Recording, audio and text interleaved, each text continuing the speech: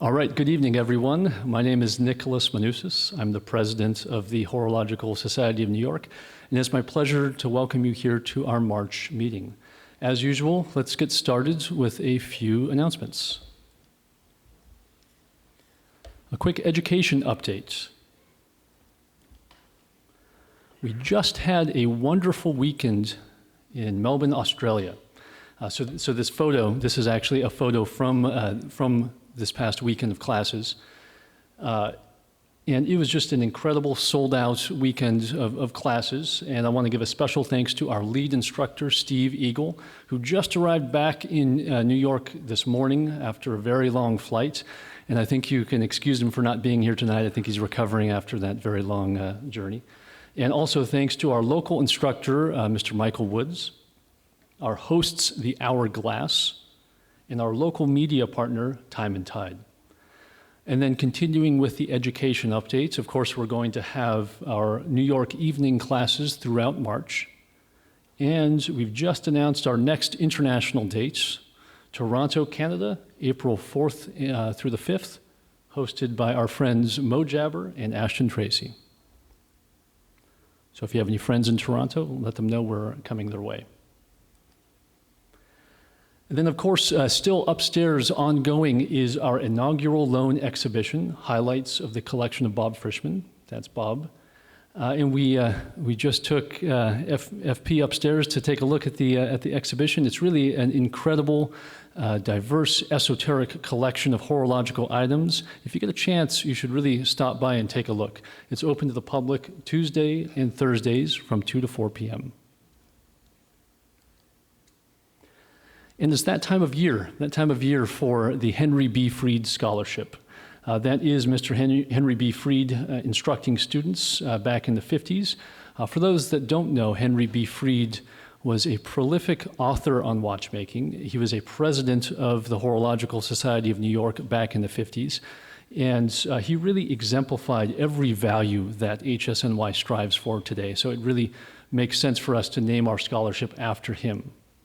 And I'm very happy to announce that the 2020 application period is now closed, and we received 25 applications.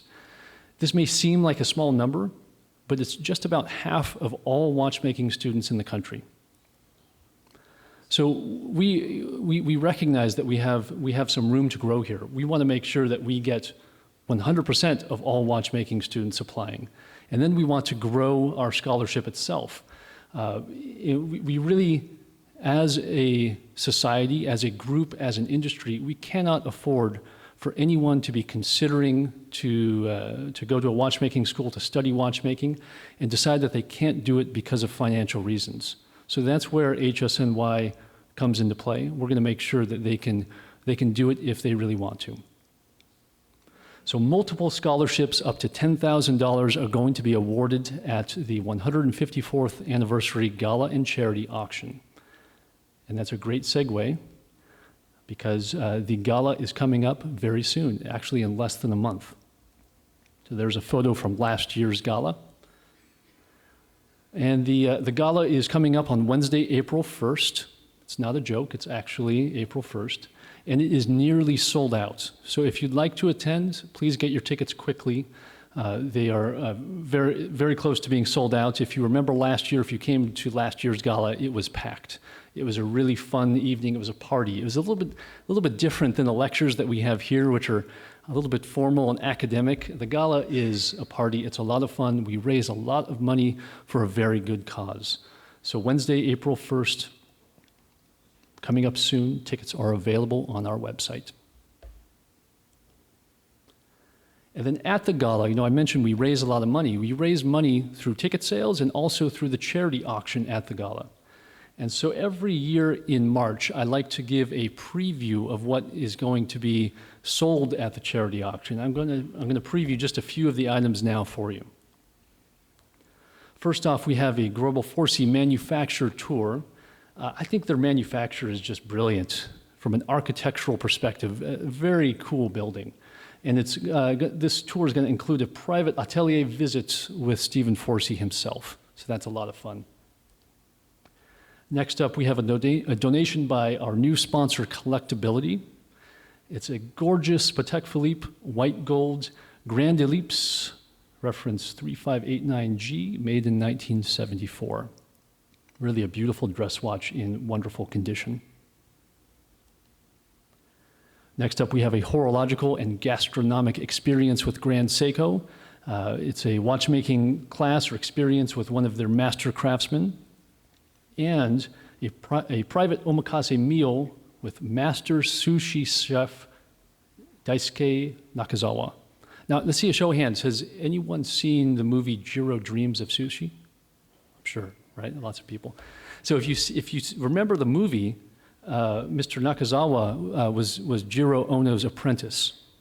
Jiro Ono is widely considered the greatest sushi chef on the planet, and so this is his apprentice. This is a very, very special lot that's being donated by Grand Seiko.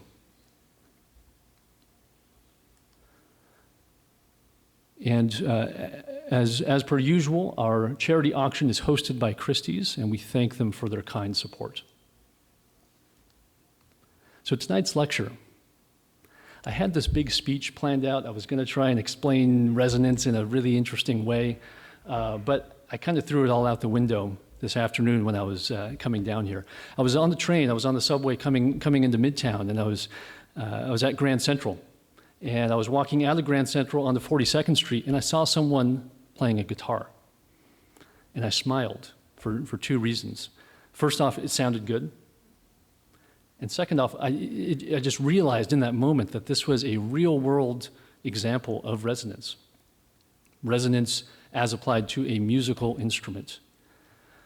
Resonance is all around us, but sometimes we don't just, we really just don't notice it. So tonight we're going to take a look at resonance as it applies to horology. And we have three very special guests that are going to take us on this journey tonight. So if you'll bear with me, I'm going to make three introductions here. First off, he's going to be helping with translation tonight. He's also the general manager of F.P. Journe North America. Please join me in welcoming Pierre Halimi.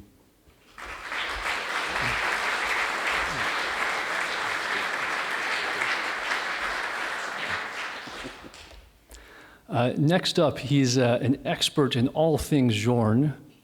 You may know him as the Journe guy. I know him as Osama Sendi. Please join me in welcoming Osama Sendi.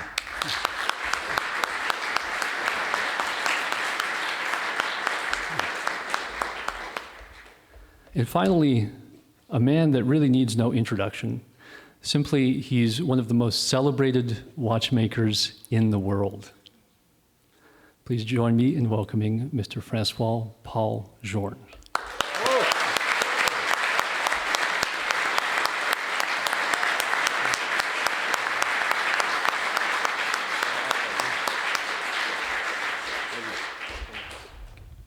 Let's get to it. All right, let's get started. Thank you, Nick, and thank you all for joining us here tonight.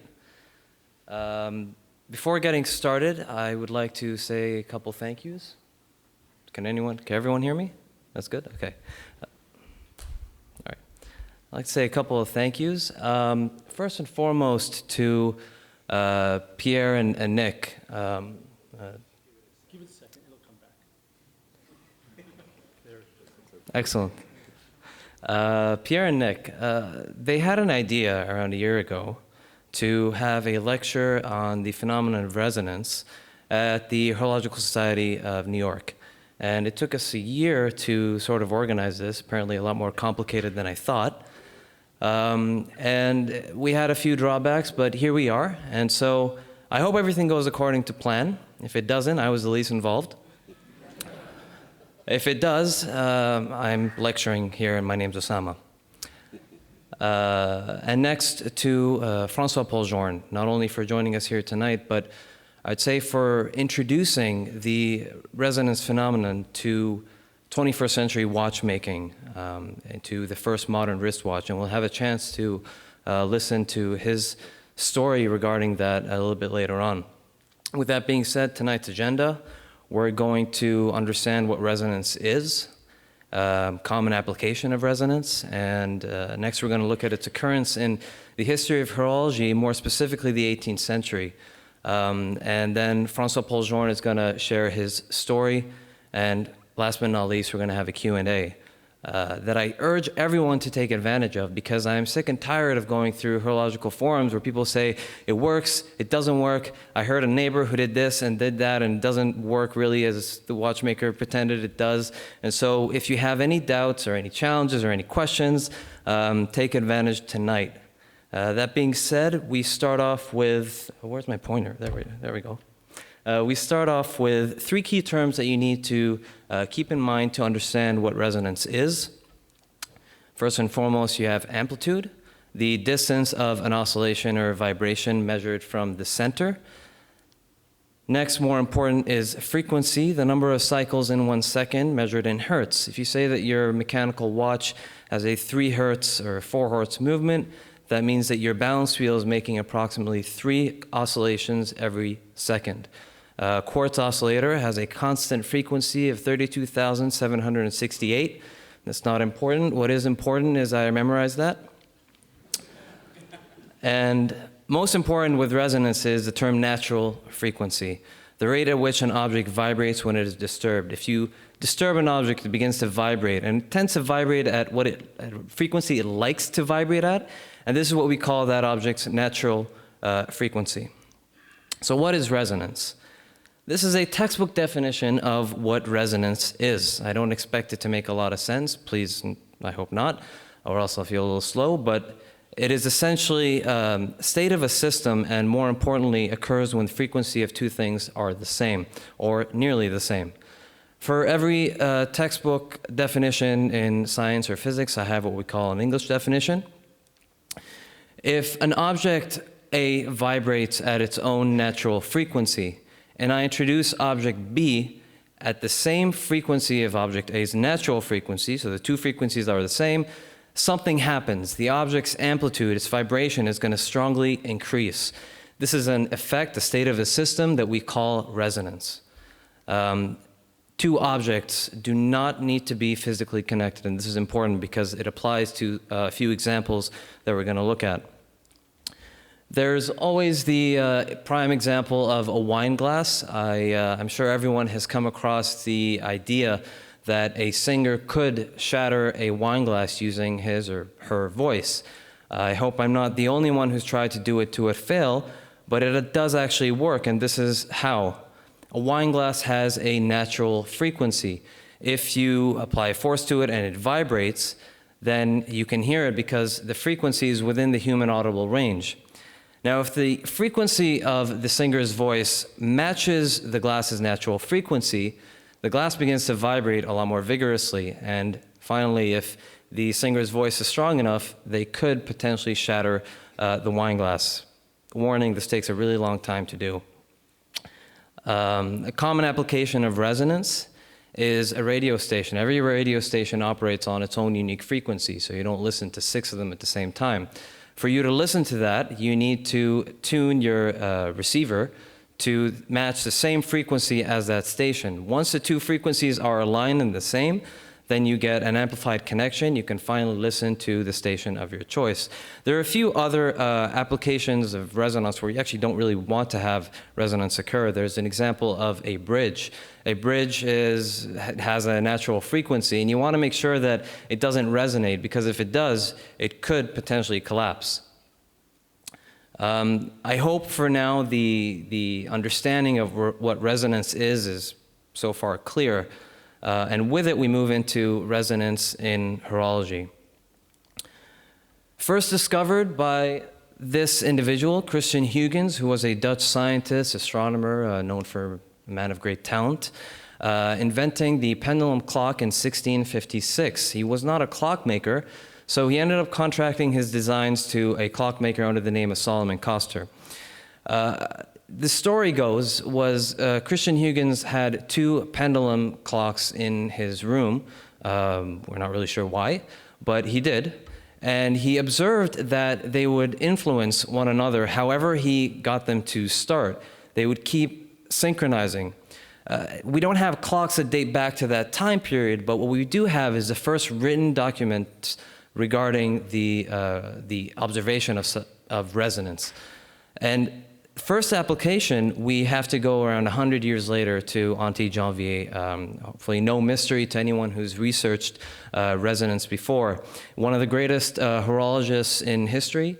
He was the royal clockmaker to Louis XVIII. And at the time, if you were considered a royal clockmaker or watchmaker, it was one of the highest honors that you could achieve.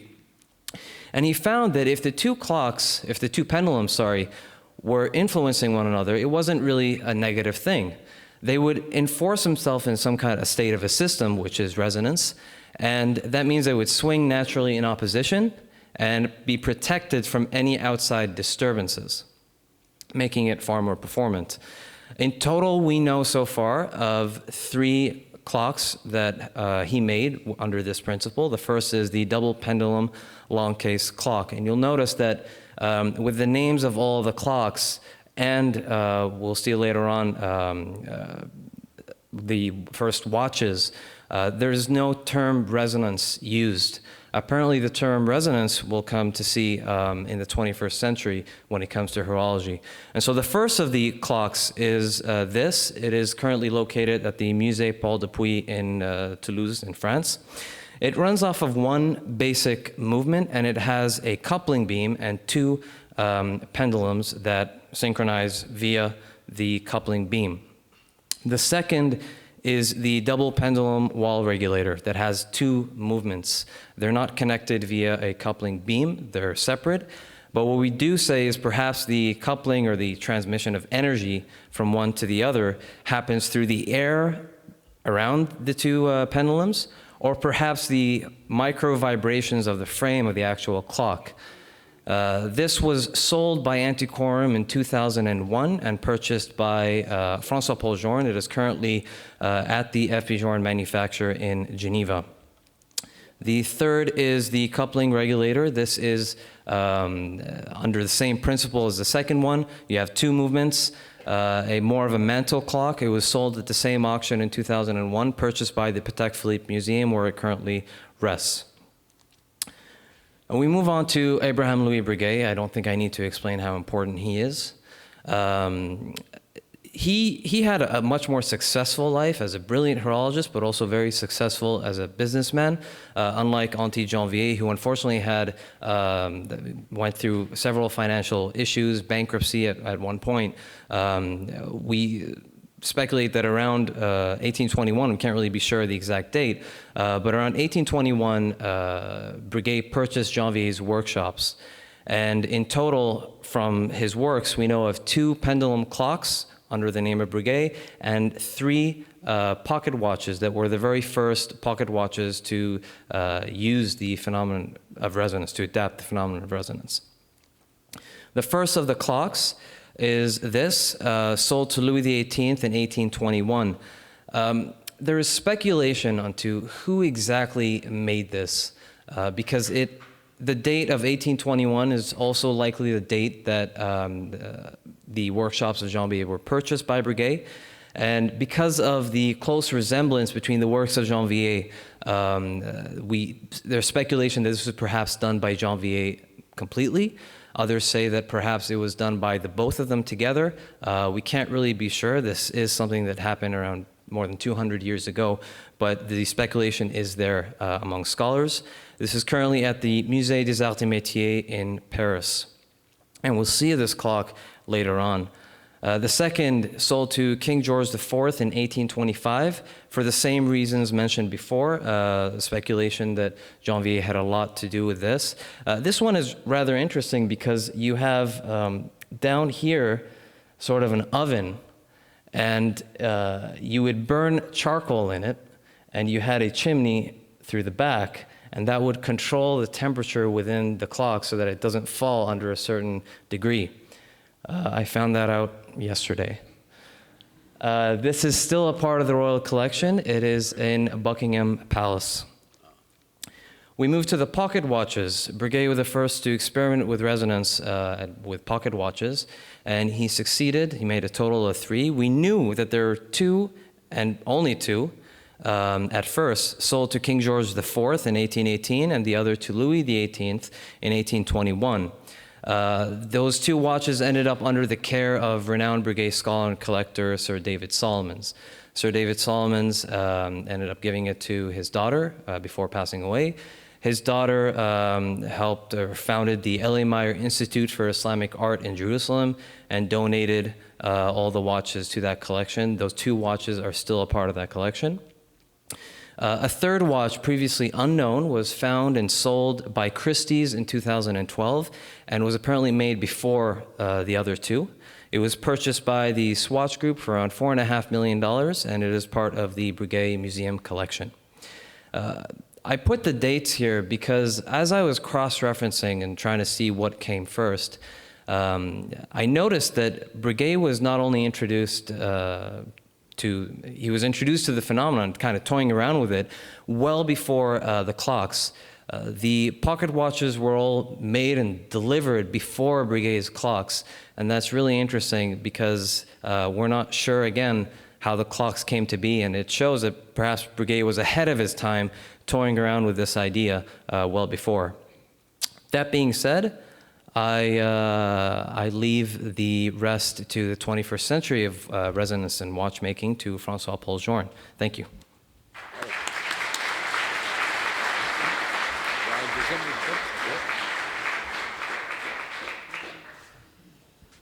Merci Osama, c'était très bien résumé.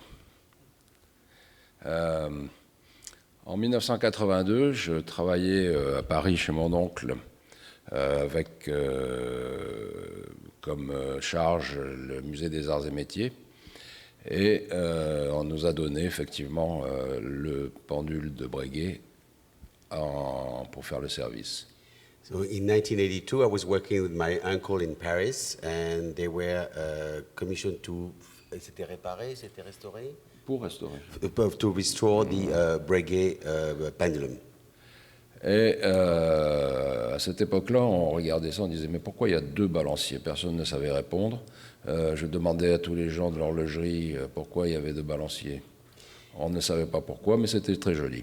So with his uncle, they were asking, why do they have two pendulums? So they were trying to ask other collectors and other people that would know, say, why would they have two pendulums? So they had a sort of a question mark. Et lorsque j'ai commencé à démonter, à restaurer et à faire marcher, je me suis très vite aperçu que, évidemment, les pendules rentraient en résonance par leur propre attraction, leur vibration. Et sur le régulateur, c'était dans une marge de 20 secondes. Si la fréquence était supérieure à une différence de 20 secondes, le pendule qui était derrière s'arrêtait automatiquement. So when he was starting to disassemble this pendulum, he realized that there was indeed a connection, and he realized also that after one pendulum would like be behind or in front by 20 seconds, it would stop. J'étais vraiment fasciné par cet objet, et j'ai commencé à lire ce qui existait en littérature pour essayer de comprendre un peu mieux pourquoi on avait fait ça. Et cette fascination m'a amené à entrevoir la possibilité de fabriquer quelque chose.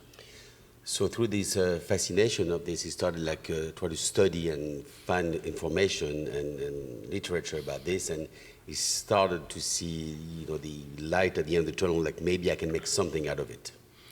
Et je venais de terminer, j'avais 25 ans, je venais de terminer ma première montre de poche, et un client me demandait de fabriquer quelque chose pour lui. Je lui proposais tout de suite de faire une montre double. So when I was 25, I finished my first pocket watch. That was the tourbillon, and a collector said, can you make a watch for me? And he said, well, yes, let's make a double. Une montre double. A double watch to stay with the reasoning of double pendulum. The resonance wasn't coined yet. Donc je travaillais pendant une année et demie dessus. J'ai fini la montre complètement, mais elle ne marchait pas très bien, à tel point que j'ai renoncé. J'ai dit au client, c'est pas grave, je vais vous faire autre chose, et puis je vais déshabiller celle-ci. So after a year and a half, the watch was not really working perfectly. So he said to the collector, "I'm going to make you another one." This one was like disassembled, and you still have the parts. Bon, j'ai gardé le mouvement toujours dans un tiroir, mais je n'aime pas les échecs. So I kept the movement. It's still in one of the drawers, but he doesn't like to fail. It's not. Et principalement, la montre ne marchait pas bien parce que c'était ma deuxième montre et que je n'avais pas l'expérience nécessaire pour attaquer un tel travail. One of the reasons is also it was only my second watch. I didn't have the experience to achieve such a thing, so it was too premature. Alors j'ai dit un jour je referai ça. Le temps est passé et en 1994-95, je parlais avec un de mes horlogers et je ne sais pas pourquoi, dans la discussion, on a parlé de cette montre que j'avais faite et qui ne marchait pas, de montre à résonance. So in 1994-95, he was talking to one of his watchmakers, and the topic of the resonance came back on the discussion. Et c'est à ce moment-là que j'ai dit, tiens, ce serait intéressant, puisque je suis en train de dessiner une nouvelle collection de montres pour présenter en 99 à Baselworld, d'entreprendre dans la collection, de refaire ce que j'avais raté, mais alors à ce moment-là en montre-bracelet. So he said, well, he was already thinking about doing the presentation of his brand scheduled to be in 99 at Baselworld. He said, why don't we try to do what I failed at, but this time not in a pocket watch, but in a wristwatch. J'ai commencé à dessiner le mouvement que vous connaissez. I started to draw the movement that you're familiar with. J'ai construit le prototype et je le mettais dans une petite boîte en plastique qui traînait au fond de ma poche. Et je marchais dans la rue et je sortais la petite boîte pour écouter si les fréquences des balanciers étaient correctes. So I made the movement, and he put it in these little round plastic cases, and he was in the bottom of his pocket, and he would go in the street or wherever he was and listening to it. Après quelques mois de retouches et de retouches et de retouches, finalement ça a fini par fonctionner. Et un ami, à un moment j'étais un peu désespéré, et puis un ami me dit, mais tu sais, c'est un très beau mouvement quand même, c'est pas grave si ça marche pas. So he was a little bit desperate. He was working, and it basically was working. And one of his friend collectors said, "Look, it's such a beautiful movement. It doesn't really matter if it doesn't work that well." Mais enfin, c'était pas très suffisant pour moi cette explication. Wasn't enough for François-Paul. Wasn't enough. Donc j'ai continué jusqu'à ce que ça fonctionne et on a présenté le prototype à Bâle en 1999. So the first prototype was exhibited at the Basel Fair, Baselworld in 1999. Et, non, ouais, c'était celui-là, ouais. Je crois. Et mais je l'avais en 98 à mon poignet à Bâle, mais le premier des premiers prototypes, celui où il y avait le cadran tout à l'heure, voilà celui-là. So this was done in 1998. It was on his wrist. Où vous pouvez avoir mes connaissances. Ce cadran prouve que j'étais pas très assidu à l'école, parce qu'il y a une grosse faute d'orthographe dans Résonance. Okay. This is the proof that he wasn't that good at school, because if you look at here, it's misspelled. Hence, he's a watchmaker. Et je ne vais pas dire que c'est la faute du graveur. You can't say it's the engraver that made a mistake. Alors, comment ça fonctionne une montre à résonance? So how does it work? C'est très simple. C'est comme un instrument de musique. It's like a music instrument. Vous faites vibrer une corde d'un piano, par exemple. You hit on the piano string. Et la corde qui est la plus proche, qui ressemble le plus avec la fréquence la plus proche de celle-ci, va se mettre à vibrer naturellement. So the nearest string that shares the same frequency is going to vibrate also. Alors dans un balancier, dans une montre, la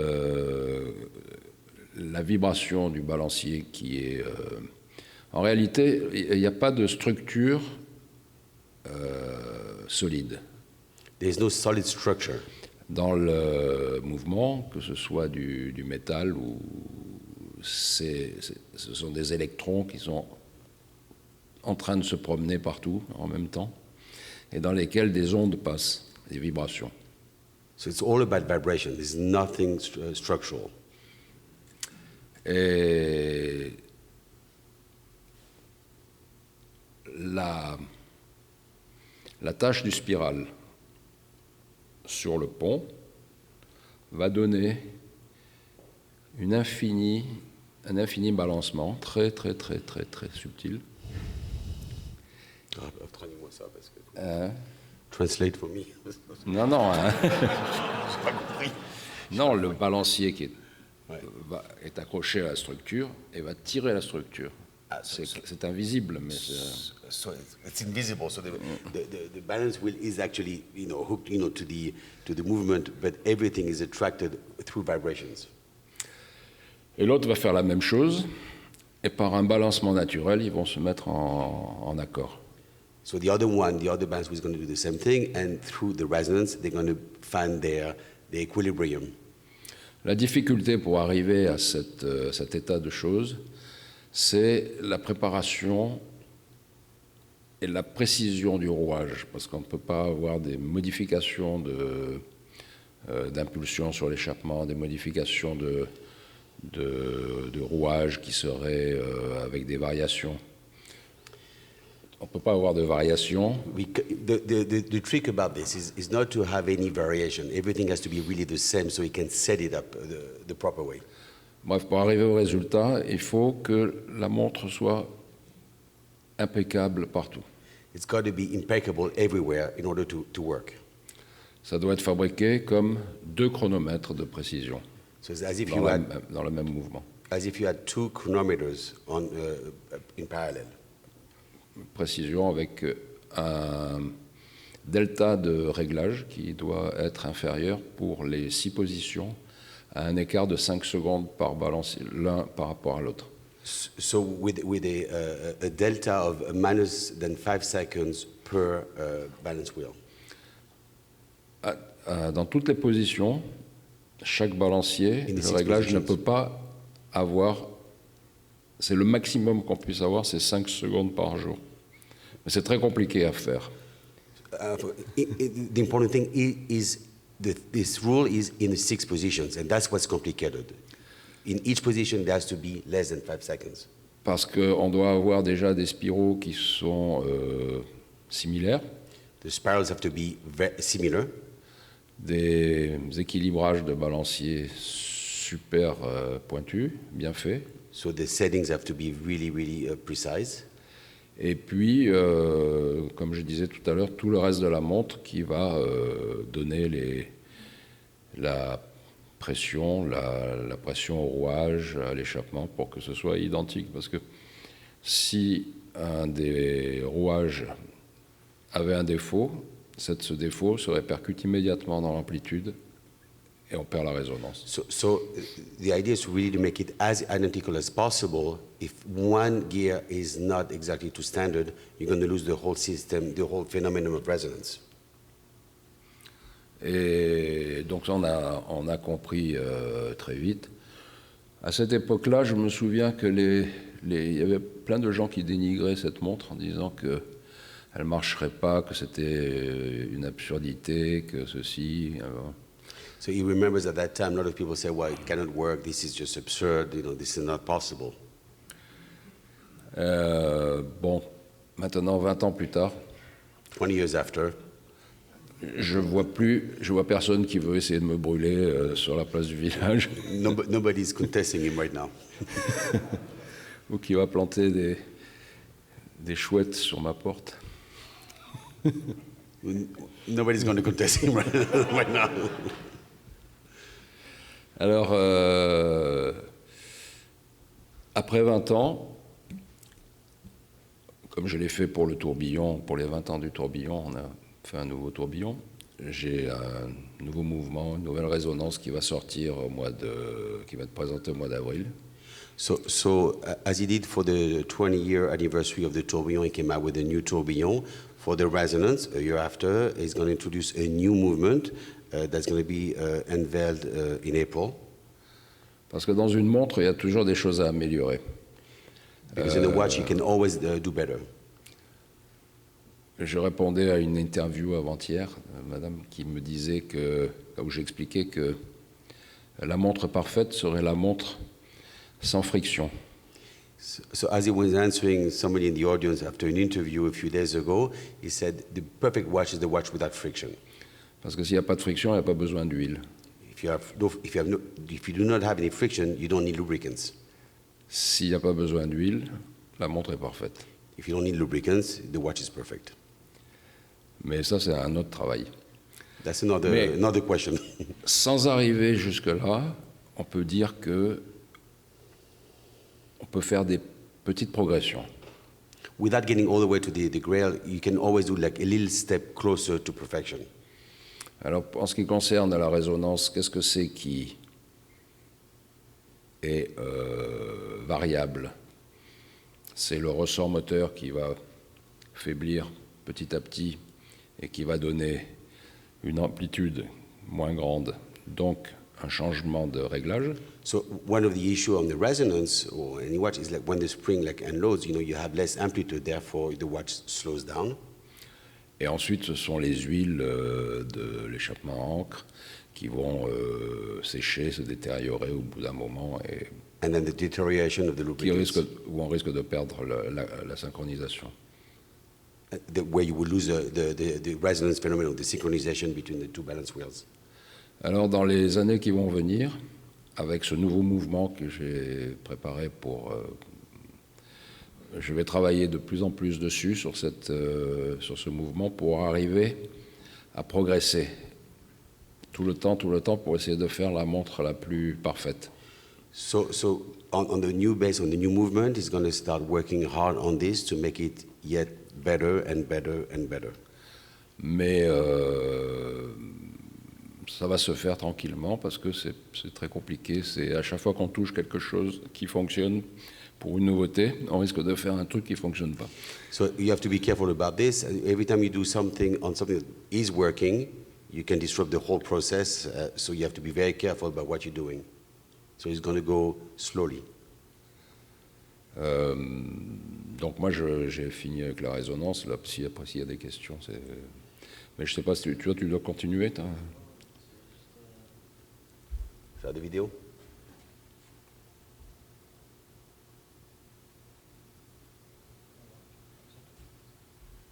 No music?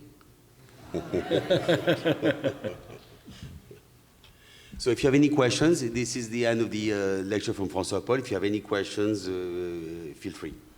Donc il faut bien savoir que dans la résonance acoustique comme ça, il n'y a pas de lien mécanique entre les deux balanciers.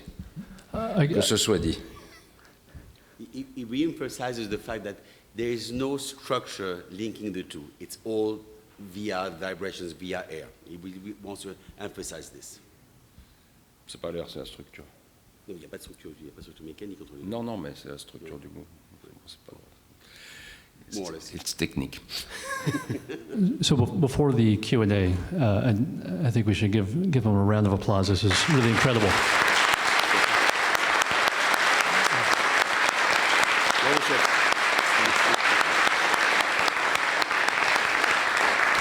Bien traduit.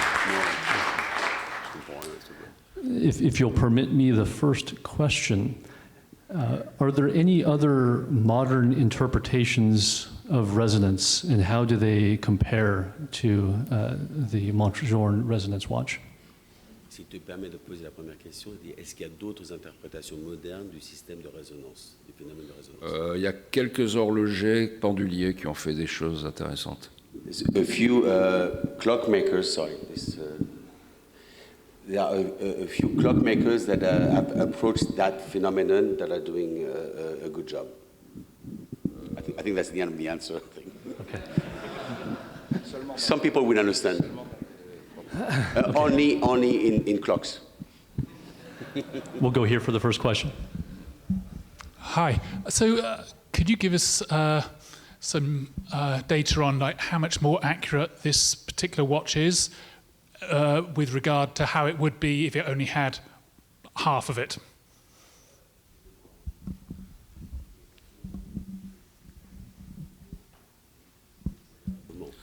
Mais j'ai sauté ça. Parce To mention que, this. parce que, en plus, j'ai sauté des choses techniques que je dois expliquer maintenant, que ça me revient. Quand vous prenez une montre mécanique, vous l'écoutez à l'oreille. Vous entendez le tic-tac. So he missed a few steps, technical steps, so he's going to go backwards. And thanks for the question. He says, when you take a mechanical watch and you put it to your ear, you hear the tic-tac. Cela veut dire qu'il y a une propagation de l'énergie qui fait rentrer le tympan de l'oreille en résonance avec la montre. So basically, that energy created, that noise, it vibrates with your ear membrane, and you're in resonance with your ear membrane.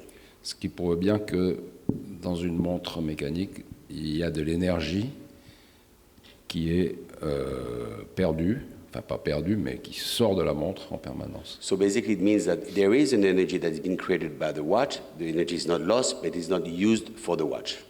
Et c'est grâce à cette énergie que les deux balanciers rentrent en résonance. It's thanks to this energy that was created that they are actually getting in resonance. Et après, on peut se demander, alors la question c'était à quoi ça sert? So what's the point? C'est bien joli tout ça. So it's great, but what's the point? Lorsque un des pendules, un des balanciers, les deux balanciers sont en résonance, lorsque l'utilisateur va bouger, quand je bouge comme ça avec ma montre, la force du mouvement va accélérer le balancier ou le ralentir, ça dépend au moment où ça arrive. So when I move my wrist one way, the balance wheel is going to go faster or slower, depends which way it's set, by nature. Centrifugal force, centripetal force.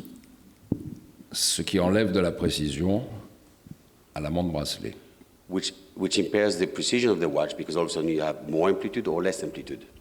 Parce que on détruit la régularité de la marche avec le mouvement des bras. It disrupts the regularity of the watch by that movement.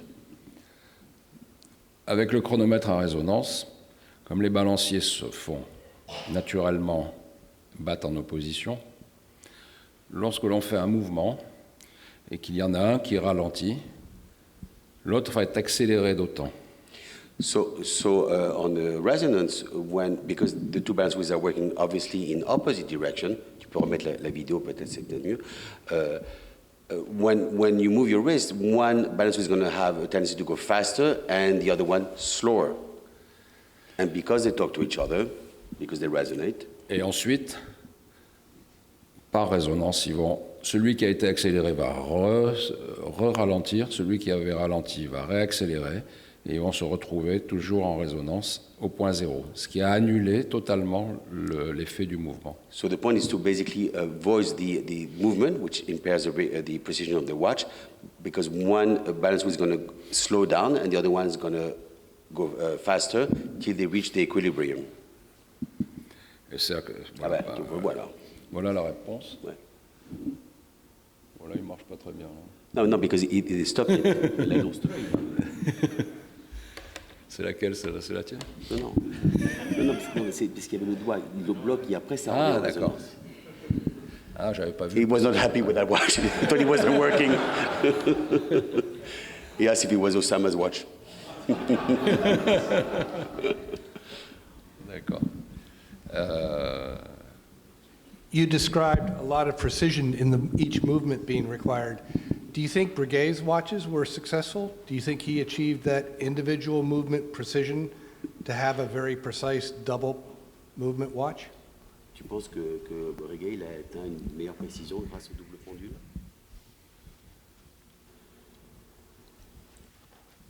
Je pense que compte tenu du prix de revient de ces objets par rapport à une montre ou une pendule traditionnelle, le jeu n'en valait pas vraiment la chandelle parce que c'était très cher de faire ça pour un gain qui était encore à cette époque très petit en précision, en matière de précision. So François-Paul thinks that let's put this, the return on investment was minimal because these objects were expensive and these were even more expensive. And the gain of precision of doing all this was probably not justified. Pourquoi il y avait des problèmes de précision à cette époque-là? C'est avant tout à cause des huiles, qui étaient des huiles grasses, végétales ou animales, mais qui n'étaient pas les huiles modernes que nous avons aujourd'hui. The main issue that you had at that time was the lubricants. Lubricants were not obviously synthetic; they were animal grease, vegetable oil, and that was the main problem. Et ce qu'on pouvait gagner pour une semaine avec un chronomètre à résonance de poche comme ça, il suffisait d'avoir un chaud et froid pour que l'huile se fige, et puis le résultat c'est désastreux. So the precision that you would gain, hypothetically, with a 1 week of that pocket watch double pendulum working, if you had a hot and cold, or you would freeze the lubricants, everything would be destroyed. So the gain was minimalistic. Et d'ailleurs, la preuve en est, c'est que depuis cette période du début du 19e siècle, rien n'a été vraiment fait entre la fin du XXe siècle et le début du XIXe siècle. Cela veut dire, bien sûr, que ça ne valait pas le coup de le faire. So the proof is that, basically since 200 years ago, nothing really has been done in that field because it was not really worth it. Not worth the work. Et c'est à partir du moment où l'horlogerie devient, amusante, récréative, que moi je commence à faire ça parce que c'est récréatif. And then, you have to, the way he says is now that watchmaking is more like a recreation, more than, a tool like we have on our telephones, that's why, he's having fun doing this. Et que les huiles sont des huiles maintenant qui sont des huiles de synthèse qui sont très très stables. And then, of course, because now the synthetic lubricants that he is using, that everybody's using, are very, very stable.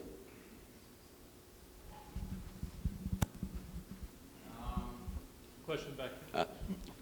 Nick is in charge. I understand that. Please wait for the microphone so we can record it. You want to record the question? Thank you. Hi. I wondered if you had tested the resonance effect with your wristwatches in a vacuum. Did you test it in the vacuum? Est-ce que tu as essayé ça dans un vacuum? Oui, sous vide. Sous vide, oui, merci. J'ai pas essayé sous vide. J'ai pas essayé sous vide, mais j'ai mis une cloison entre les deux balanciers pour regarder si l'air interagissait. Effectivement, il interagit, mais il fait un courant malsain. Traduis-moi encore ça. Non, j'ai dit, je mets une cloison entre les deux balanciers pour voir s'il y a une interaction avec l'air. Donc, la montre fonctionne de toute manière. Et je m'aperçois à ce moment-là que les balanciers, lorsqu'ils sont trop près, par exemple, il y a un appel d'air qui se fait, ça fait un coussin d'air qui est mauvais. So he hasn't tried in the vacuum, but he tried with putting a partition between the two. It still works, but then if the two balance wheels are too close, it creates sort of like a appel d'air. Comment tu vas dire appel d'air? Aspiration. Aspiration? Cushion of air, merci. It creates a cushion of air. Appel d'air. Et cet appel d'air fait un coussin qui est pas la meilleure chose. And that's not a good thing because it creates too much vibrational Donc problems. pour répondre à la question, ce serait mieux si les montres fonctionnaient sans air à l'intérieur. It would be better without air. Much better without air. Mais pour ça, ça nécessite des appareillages terribles. Good evening. I have a question, especially on a larger scale when it comes to the phenomenon of resonance. Does it work best only within a twin model, or can you add more than two movements? te pose la question, est-ce que ça marche mieux? Parce qu'il y en a deux, s'il y en avait 3, 4, 5? Non, ça ne marcherait pas. La nature veut que les choses soient plus simples que ça, et l'équilibre se fait entre deux. Entre trois, ça ne marche plus, il n'y a plus d'équilibre. It says nature lacks simplicity. It's better when you only have to, the more you add, the more complicated it gets, and probably will not work. Do you think that the waves move through the movement, through the mechanical parts, or through the air? So is it acoustic resonance or mechanical resonance? C'est une résonance mécanique ou acoustique? Acoustique. Acoustique. Yes, for instance, like what tuning fork, that would be acoustic resonance. And I have a resonance clock with 4 pendulums made in the 1880s. And I'm not sure if the resonance is goes through the suspension system or through the air. In matter of fact, there was some research done by University of Georgia in Atlanta a couple years ago on that subject. And they claim that majority of the resonance goes through the air. Okay. What do you think here happens? You have to keep the questions a bit shorter so I can have time to translate. Il a une pendule de 1880 avec 4 pendules. Il dit, est-ce que c'est fait de façon mécanique? Il dit, il y a un truc I think this is a debate you can have with him after, with somebody much more qualified than I am, to make sure that I can translate properly. Mm-hmm. I think this is way above my pay grade. Way above. but you're more than welcome after. Do you think that the waves from one balance to the other go through the metal or go through the air? Est-ce que ça résonne par rapport du métal au métal ou ça par rapport à l'air? Non, c'est le métal. Métal, for this for sure. C'est dans la structure. Si on prend par exemple le régulateur de Breguet qui a été fait pour Louis XVIII, contrairement aux autres pendules qui sont avec des suspensions en lame ressort, celui-ci a des couteaux. Et ce sont des suspensions à couteau.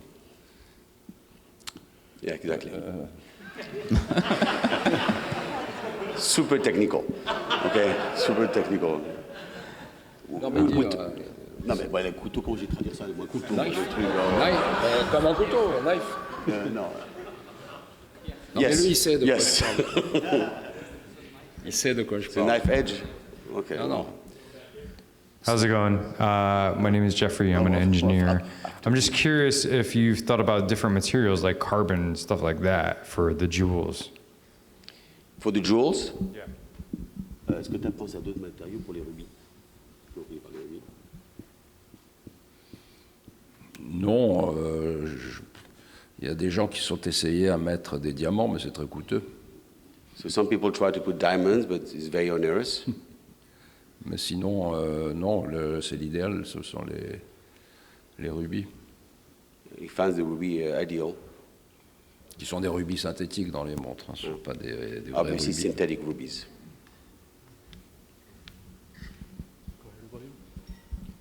François-Paul, is there an optimal distance between the two balance wheels? Est-ce qu'il y a une distance optimale entre les deux?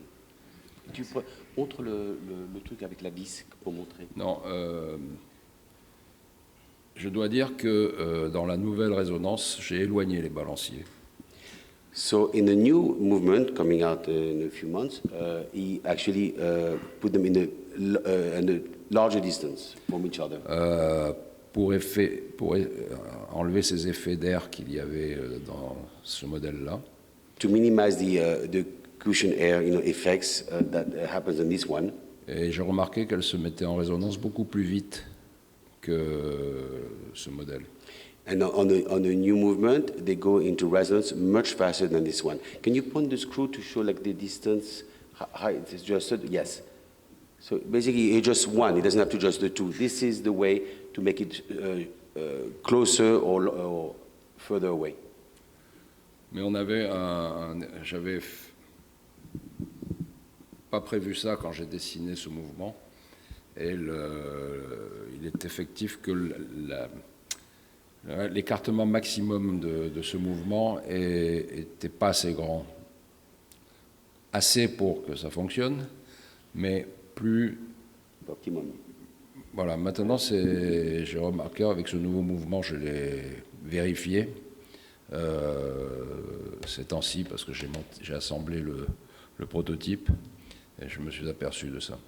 So on this one, he didn't really think at that time far enough and too close, for him too close, especially now with the new one, he has a much more play on the, much more efficiency on the new movement because they're actually further apart. Et donc ça a bien prouvé ce que je pensais depuis longtemps, c'est que la proximité n'était pas forcément quelque chose de mieux, parce que justement il y avait cette espèce de coussin d'air entre les balanciers. So it was maybe a little bit counterintuitive, you know, he thought at the beginning maybe being closer would have been better, but actually because of the airflow, it created disruption. So now it went the other way, further away.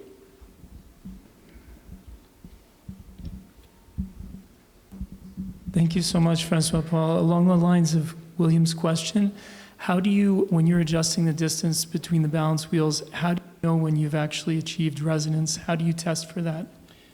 Quand tu assembles cette montre, quand est-ce que tu sais que tu as la bonne distance, quand tu as fait le bon réglage? Non, je dois dire que en réalité c'est l'expérience. Donc après au début j'ai fait des valorisations où j'avais estimé que la bonne distance était l'équivalent d'à peu près de 4 dixièmes de millimètre. C'était au début, c'est que tu pensais. C'est sur cette montre. Au niveau théorique ou au niveau pratique? Pratique. So with experience, on this one, he said, you know, he figured out that, you know, the distance between the two had to be 4/10 of a millimeter. Et maintenant dans la nouvelle, c'est beaucoup plus large, c'est 6-7 dixièmes. It's much larger now, it's like 6 to 7/10. Et ça change beaucoup de choses. Sur ce mouvement, on ne pouvait pas aller plus loin parce que c'était la liberté du pont mobile il n'y avait pas assez de place pour faire bouger le pont mobile plus loin. So on this one, he couldn't make it further away because of the mobile bridge. It was not constructed that way. How are you both doing? One or two more questions? You want to keep going? I'm sweating. How about you? You're good? François-Paul, you're good? Okay. Any more questions on this side? We got quite a few. Hi, I noticed that at the video you were showing at the end, the balances are moving relatively slowly. You've talked about the distance between the two balances and how that was an optimal, but was the speed also found to be optimal? No, is it slow motion? Yeah, that was slow motion. Oh, it is slow motion, yeah. Okay. J'ai bien répondu. C'est quoi? I did a great answer. ça bougeait vraiment pas rapidement. On m'a dit, ouais, parce que c'est au ralenti, oui. Ah, oui. D'accord. One for the team. Bonsoir. Given the 20th anniversary for the Resonance is upcoming, is there any anticipation for it to be a pocket watch, or is there any aspiration to make a pocket watch in the future? Est-ce que tu as encore des aspirations de faire une montre de poche dans le futur? Bon, le problème, c'est le temps qu'il faut pour réaliser à chaque fois un développement. Et j'ai beaucoup de choses que je veux faire et pas de temps pour les faire. The issue is the time that it takes to create a new project, and he wants to do. There's a lot of things he wants to do, so it's a matter of priority and managing the time. Mais j'ai des projets que j'avais écrits déjà il y a 25 ans que j'ai pas eu le temps d'aborder. He still has some projects that he had like 25 years ago that he hasn't even like scratched the surface. There's more to come.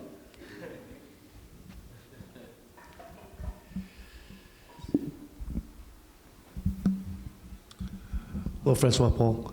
What are your expectations around accuracy with the newer movement over the current one? Qu'est-ce que tu penses au niveau de la précision entre le nouveau mouvement de la RQ par rapport aux autres? Bon, pour l'instant, on n'a pas fait de mesures en grandeur réelle puisque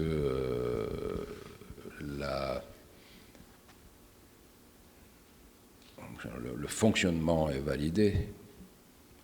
Bien sûr que maintenant on va s'atteler à faire des mesures de précision, mais elles ne sont pas encore faites. Mais fatalement, c'est obligatoire, parce que c'est par le raisonnement oblige à ce que ce soit mieux. Sauf si l'horloger fait mal son travail. He hasn't yet studied this. They haven't done the measurements of precision, but he says the logic behind this, it's obvious it's got to have to be better. That's the logic behind it. Unless the watchmaker assembling it didn't do the good job. Yeah. But the logic is here. Parce que l'horloger est un élément prépondérant dans la qualité et la finalité de la montre. So he says, unfortunately, the watchmaker is also a factor sometimes in the watchmaking process. So let's take 2 more questions, one from this side and one from this side. Anyone over here? I saw one hand. Yeah, Jerry.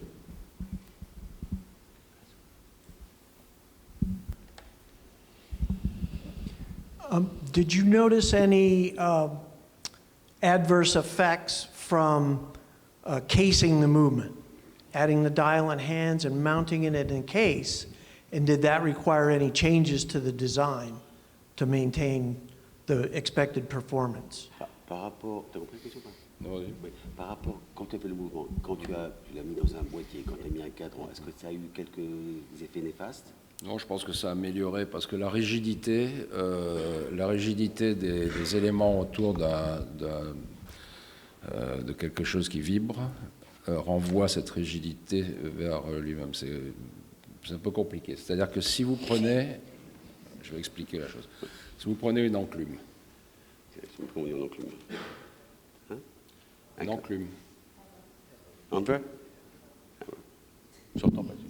J'ai compris la première fois. Pas besoin de bon, si je prends une enclume et que je prends un marteau, je tape sur l'enclume, le marteau va rebondir parce que la solidité de l'enclume renvoie l'énergie dans le marteau. Okay. So, to start from the beginning, actually it helps because if you have something rigid, it helps the vibration because then it resonates or it sends back the energy. If you take an anvil and you take a hammer and you go like this, it's going to bounce out because of the rigidity of the anvil. Si vous voulez, pour comprendre l'histoire, c'est qu'il n'y a pas pire montre qu'une montre squelette. So, in short, there's nothing worse in terms of precision in a watch than a skeleton watch. Parce que la structure n'est pas assez solide d'une montre squelette, elle absorbe l'énergie, elle vibre en même temps que le balancier, et elle l'attrape et elle prend son énergie. On ne peut pas faire une montre de précision squelette. You cannot do a precision watch in a skeleton one because it doesn't have enough rigidity, and therefore the vibration is going to be absorbed and it's going to create adverse precision. Ouais. Donc ceux qui font des montres, les gens qui font des montres squelettes sont les gens qui n'aiment pas l'horlogerie. So the people that make skeleton watches are people that do not like watches. L'horlogerie. Horological. Okay, this will be our last question for the evening. Don't blame the messenger. Huh? Hi.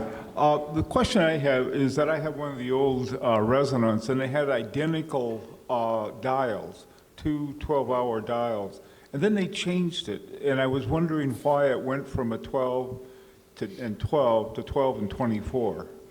Il a une de tes résonances au poignet et il te dit mais pourquoi tu as changé d'un truc qui était complètement symétrique 12 heures et 12 heures comme tu as ici sur 12 heures et 24 heures. Pourquoi pas? Oh, ça c'est parce qu'il faut bien varier un peu les plaisirs pour les gens parce que 20 ans, la durée de vie d'une montre pendant 20 ans, elle a besoin de se changer un peu de temps en temps. So sheer pleasure, I mean, after 20 years, it's a long time for a watch. You have to vary a little bit the pleasures and the look. It's only for this. Non, parce qu'au début, je vais dire plus sérieusement, c'est au début, il y avait 2 x 12. Et puis je me suis aperçu, mais les deux cadrans 12 heures étaient simplement pour indiquer, pour faire voir que ça fonctionnait bien ensemble. C'était la symétrie.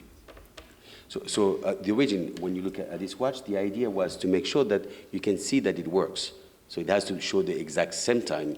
That's the idea of it. mais les gens s'en servaient comme deuxième fuseau horaire. A lot of people were using this as another time zone, or like a GMT. Alors, c'est à ce moment-là, pour les 10 ans de la résonance, que j'ai commencé à mettre le cadran de gauche en 24 heures, qui était le cadran de base, de l'endroit où on est soupçonné habiter, et celui de droite quand on voyage. So that after the 10th anniversary, he did on the left subdial a 24-hour time zone, which is your home, and then the other one when you travel. Mais c'était en même temps, c'était aussi pour changer un peu, pour varier. Just to change. Ça avait une petite raison, mais c'était pas nécessaire. Some reason, but not essential. All right, well, let's give François-Paul and Pierre another hand. Thank you.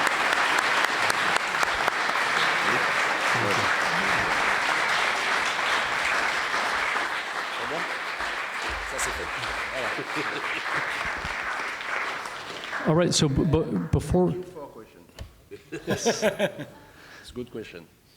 They were very technical questions. They were very well thought questions. And I believe that François-Paul and Pierre and Osama will be here after the lecture, and they're happy to talk with you privately if you'd like to come up, ask them even more technical questions, get an autograph, take a selfie. They're here for you. So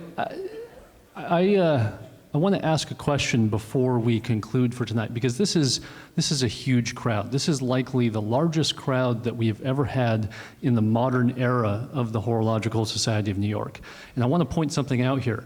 I say it's the modern era because back in the 50s and 60s, we regularly had meetings with over 500 people.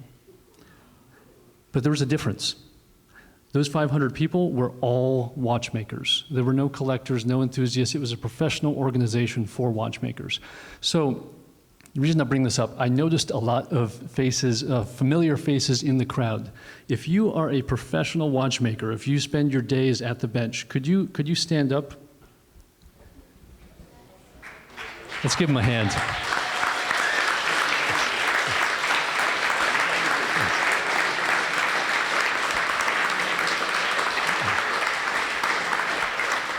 Thank you. And are there any new students here? I know that we just we had the start of a new school year. Any watchmaking students here? One, yes. 2, 3. Nice. Congratulations. And 4. Okay. This is wonderful. This is a great crowd. This is what the Horological Society is all about. This is a special night. I'm really grateful for everyone to come for coming out, and I'm especially grateful for François-Paul for making the trip across the Atlantic Ocean to come and visit us.